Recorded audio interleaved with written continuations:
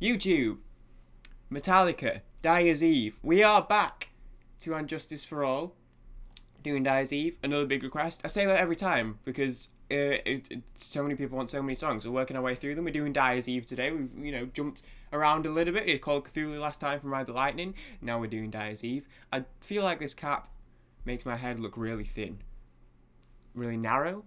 It doesn't. It's not. It's really round. I have a really round head. That's why I don't wear snapbacks, because they make me look like a ball. Side note: welcome back to Yetiness, home of the internet's most pointless digressions. Dyers Eve. The lighting blows today. I look like Casper again. I look like Casper at the best of times, but usually, I get the nice orange glow from the window, a bit like this. But I've been waiting for days, and as sunny as it's been recently, Manchester's been hit by the Manchester bug, and it's been crappy, grey and rainy, and this is just, there's nothing I can do about it. Maybe one day I'll not be broke, and I'll buy a softbox light. Well, that's not the issue. I could buy a softbox light, but I have other priorities, other fiduciary concerns right now, i.e. trying to fund a year studying in France. But that's I'm digressing again. Let's listen to Dyers Eve. Let's go, baby. I don't know what it's about. There we go. Just in case you were wondering. Let's kick it. Straight away.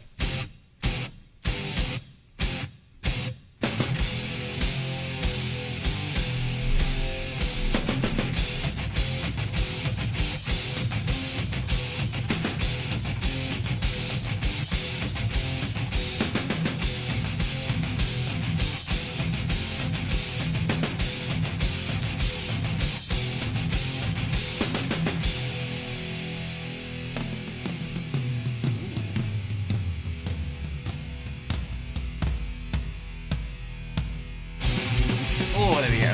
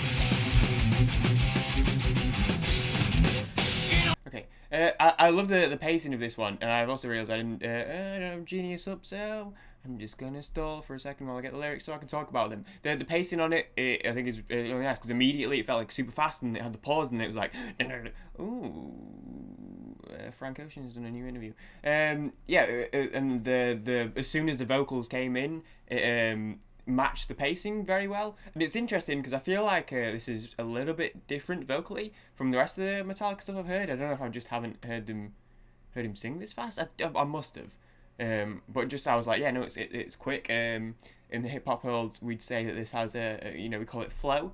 I feel like his flow is a little bit different on this one, but I guess that's just part of the fact that it's quite a fast paced song and it's just matching that. That's probably not true. We've done fast songs. The Four Horsemen was 1,000 miles a second. I don't think miles is a way that you can measure audio speed, but you know what I mean. But yeah, no, I feel like it's super fast paced, and I like the pacing of it. But I said it was interesting immediately. I was like, actually, it's interesting. These lyrics are not what I was maybe expecting. This is, dear mother, dear father, what is this hell you put me through? And he says, every thought I'd think you disapprove, curate a dictator, always censoring my move, children are seen but not heard, tear out everything inspired. So I don't know if it's as black and white as I'm seeing it, as like parents like taking creativity out of children, and there's the same sort of thing as looking a little beyond that is looking beyond parental specifically. Also, it could be applied to schools and stuff. A lot of people talk about the way that schools take creativity and expression out of children to just feed information to them and that sort of thing. But yeah, just one of those aspects about. But then I guess maybe there could be religious undertones, dear mother, dear father. But I feel like it goes quite specifically about censoring every move and children being seen but not heard. And if we are going to talk Christian, never mind. And then it doesn't matter. It was going to be a bad joke. Let's not talk about Christianity and children. But yeah, no, it's we'll keep going for now.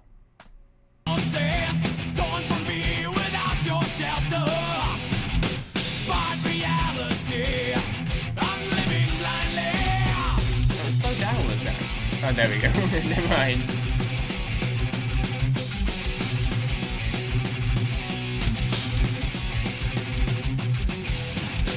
Dear mother, dear father, time has frozen still. What's left to be here? Nothing, say nothing. Cannot face the facts. I think for me, no guarantee. It's life as is. Damn you for not giving me my chance. Dear mother, dear father, took my wings before I learned to fly, unspoiled, unspoken. I've outgrown that fucking lullaby. Same thing I've always heard from you. Do as I say, not as I do. Yeah, so I'm definitely the correct thing.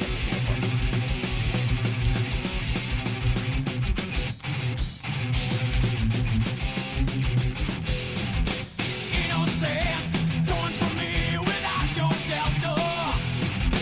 But reality, I'm living blindly.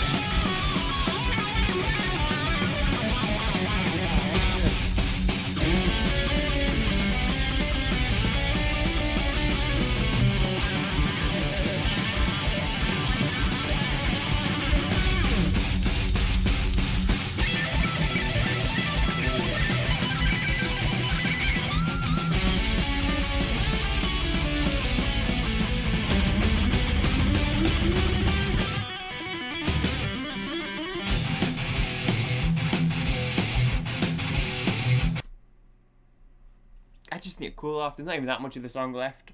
You just gotta. Sometimes you just gotta sit on it. You know. You just gotta let it. If I had like, you know, past short like crazy long hair, I would have been doing that thing that where they go like that and then the hair spins round, whatever you call it. I know if you do it with your dick, it's called the helicopter. Is it the same thing with hair? Is that what they call that? I also maybe if I didn't already have a light headache going into this, I maybe would have been a bit more. But then having said that, I feel like if I didn't already have a headache, you could easily give yourself one. You know, banging along something like this. This would have been dope. Like, right? No, keep going. I'll talk at the end. I'm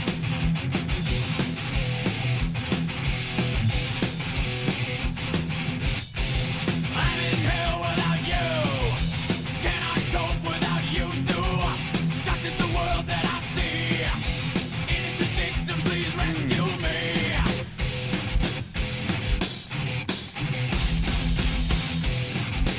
Dear mother, dear father, hidden in your It's world, interesting, you I like pray it. for me. I'm seething, I'm bleeding. Ripping wounds in me that never heal. Undying spite I feel for you. Living out this hell you always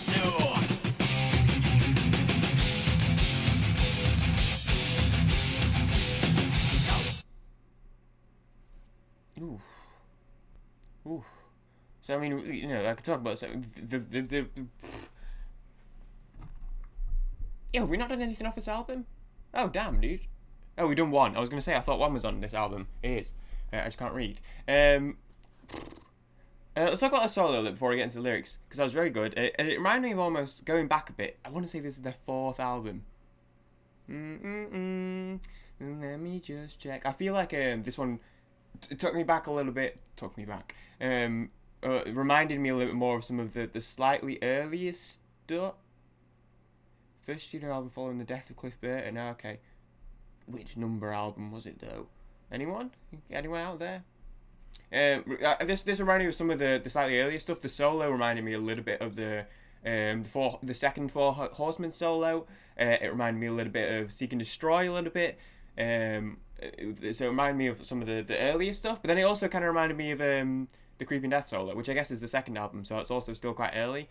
But that I don't know if that's specifically just because it had that sort of earlier sound, or if it was more just a case of the way, like those, particularly the second solo in Four Horsemen and the Creeping Death solo, come in very quickly and out of nowhere, and very fastly is not a word, and I said quickly already, so why did I keep going and say fastly?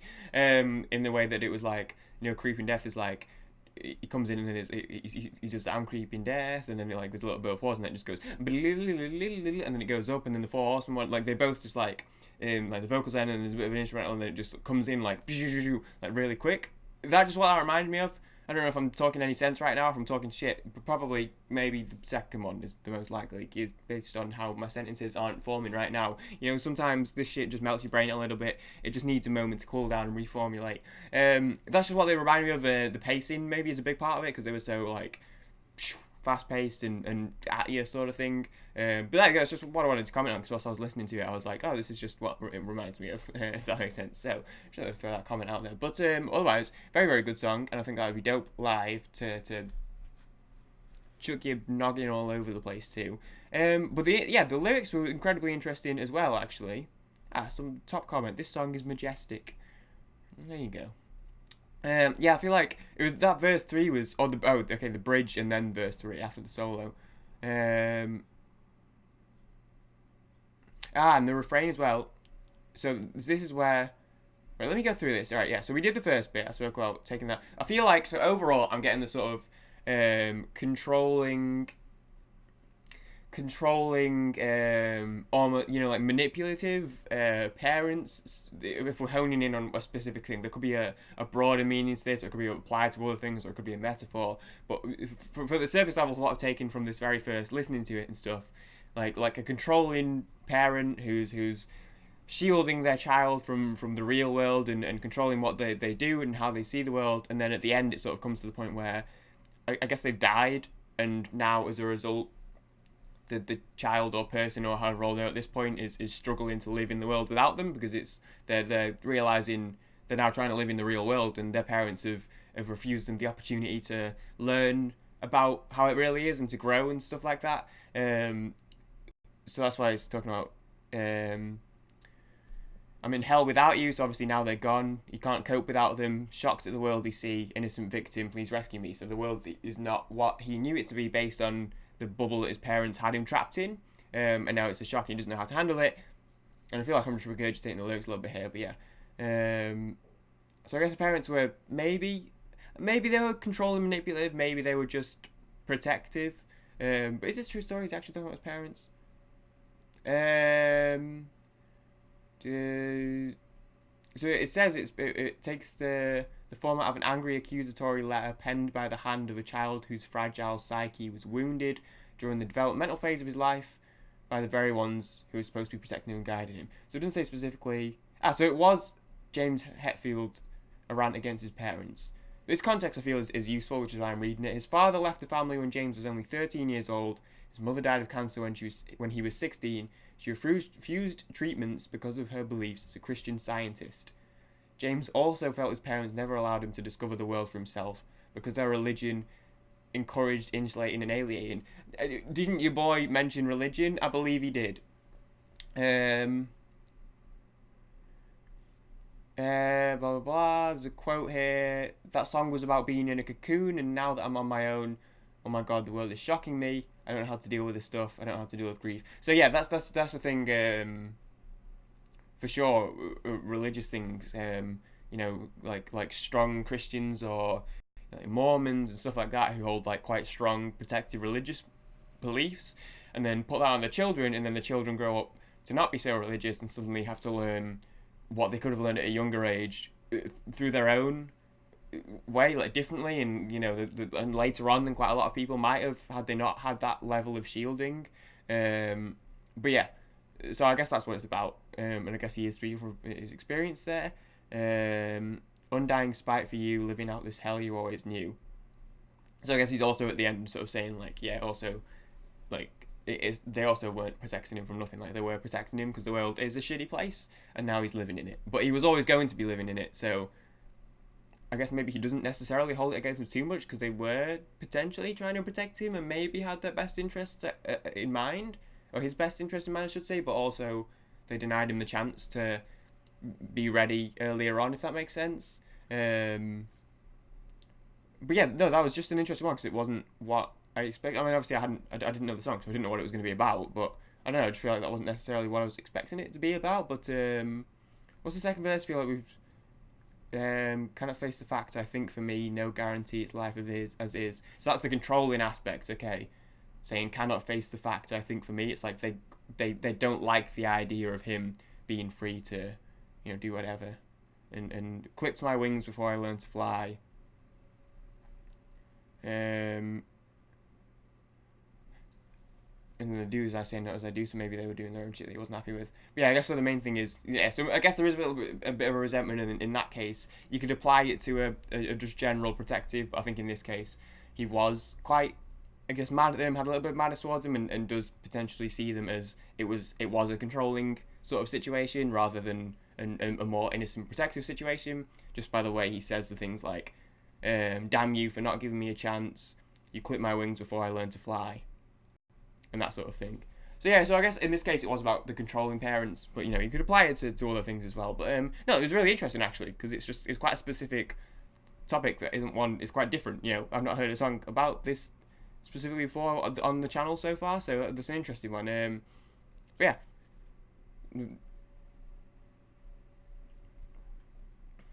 Hello. She's going to be off camera. Let me pick her up. We're going to wrap the video up. If everyone enjoyed, I'm going to kick her out because she can maybe stay. Thank you for watching. Everyone enjoyed. I'll see everyone in the next video. Peace.